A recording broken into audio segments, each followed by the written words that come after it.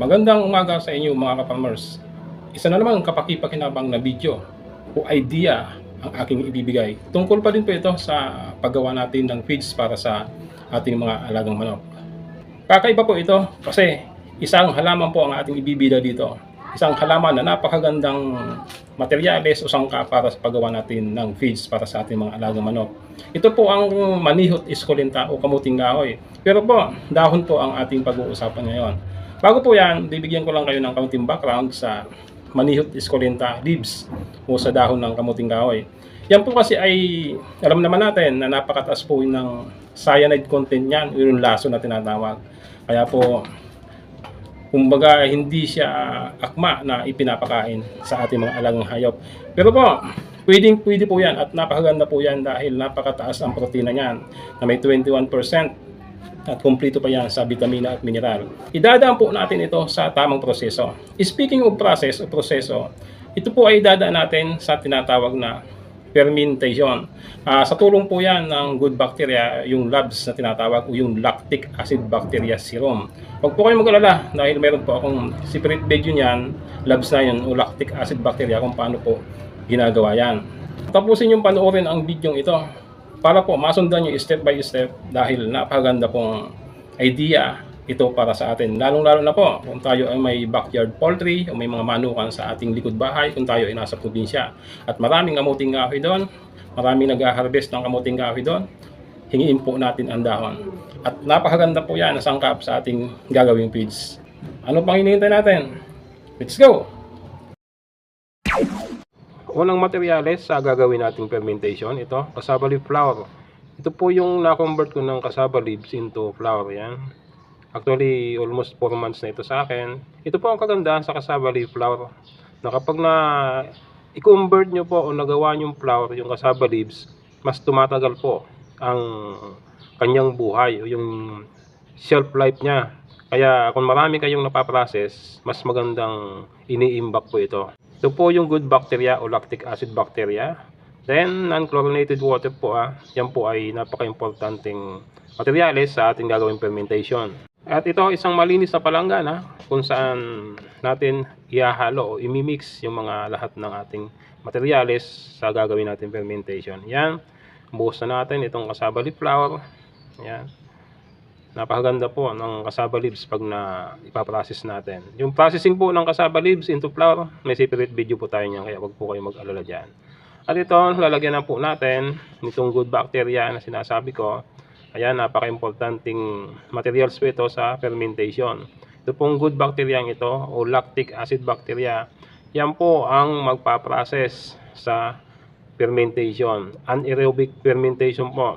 Ibig sabihin ng anaerobic, piperment po natin yan ng hindi nahanginan o walang hangin na pumapasok. Then, add tayo ng kaunting tubig at yan, ibuhos na natin. Ganyan lang po kabilis, kadali ang pag-ferment ng cassava leaf flour o anumang mga plant-based na ating materyales na ginagamit sa paggawa ng sarili natin feeds o patuka sa ating mga alagang manok. Ayan, simple lang yan, halu-haluin lang natin. Haluin po natin ng maayos o maigi. Then yung mga buo-buong yan ay basag-basagin natin para po pa-distribute ng equal yung good bacteria o yung LABS o lactic acid bacteria dito sa cassava leaves o cassava leaf flour. Ayan. Ganyan lang po kasimple. Halo lang po tayo ng halo hanggang sa makita natin na wala nang buo-buo o na distribute na yung LABS dito sa cassava leaf flour. Ayan. Halo lang tayo ng halo. Ang cassava leaf flour po ay napakaganda pong patuka ito. Actually po, kahit hindi nyo na ito i-ferment, pwede naman. Kaya lang, para sa akin, mas magandang piniperment po natin ito. Dahil ang fermented cassava leaf flour po ay tumataas ang nutritive value niya. Yung mga nutrients niya, mas mataas. Then, yung cyanide content niya ay nawawala o na-eradicate o nababawasan. Then, yung fiber niya ay bumababa. Kaya po, akmang-akma po siya sa mga monogastric animals. Tulad po ng manok, then yung baboy. Ayan, kanya lang po kasimple. Napaganda po itong materyales sa ating gagawing feeds. Ayan, piperment po natin ito ng 5 days. Ayan, okay na po yung moisture nya. sisilid na po natin dito sa malinis din na lalagyan. Ayan. Yan po natin lalagay yan para po maisilyo natin, dahil sabi ko nga ang fermentation process nito na 5 days ay anaerobic. Ibig sabihin ng anaerobic, piniperment po natin siya ng hindi pinapasukan ng oxygen o walang hangin. Ayan. Yan, ibuhusan natin dito. Make sure po na malinis ang ating mga kagamitang ginagamit sa ating fermentation para po maiwasan syempre ang contamination. Ayan. Ang separate video po tayo niyan, may separate video tayo sa paggawa ng cassava leaves o cassava flour. Pag-convert ng cassava leaves into flour, din yung lactic acid bacteria, ay may separate video po tayo niyan. Kaya po pag napanood nyo ang video ito, kailangan nyo yung mga link na yon, bibigay ko po sa inyo. Ayan, ito na. Takpan natin, then silyuhan natin itong packaging tape to make sure na walang oxygen o hangin na papasok dyan sa loob during fermentation, 5 days fermentation. Kasi po, pag napasukan ng hangin yan, hindi po magpiperment yan. Magiging mabagal ang fermentation process niyan.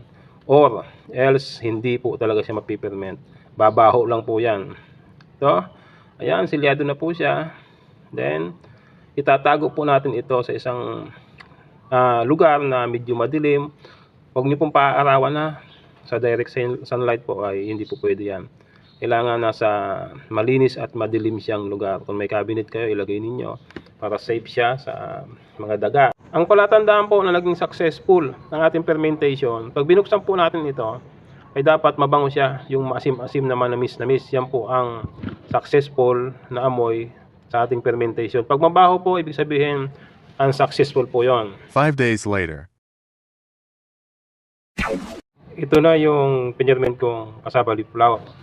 5 days na po. Yan, ipapakita ko na po sa inyo ang aktual na kinalabasan ng fermentation ko sa cassava leaf flour. Okay, ito ipapakita ko na. Bubuksan na natin itong pinirment ko na cassava leaf flour. 5 days na po ito, kaya kailangan na natin buksan. Tingnan kung ano nga ba ang naging resulta. Sabi ko nga, basta ang palatandaan dito na naging successful ang ating fermentation, aamoyin po natin ito, dapat po mabango ito o amoy lactic acid bacteria. Mapapansin nyo po, nag-iba na po ang kulay niya. Before po, bago natin ito yung pinirment, ay kulay green ito yung cassava leaf flour. Ngayon po, kung mapapansin ninyo, light brown na, meaning very successful po ang ating fermentation. Ito ibubuhos ko para makita ninyo kung gaano kaganda ang raw materials after 5 days microbial fermentation.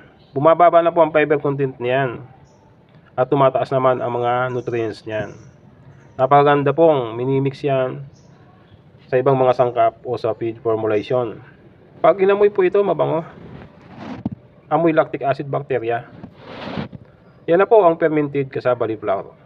Ito na yung fermented cassava leaf flour mga kapatid, na may kasama na rin ibang mga sangkap, yung cassava roots na binilad. Ayan. So, ganyan lang po kasimple. Ito, napakita ko sa inyo kung gaano kagusto ito ng mga alaga kong manok. Ayan. Okay? Panoorin nyo po hanggang sa matapos.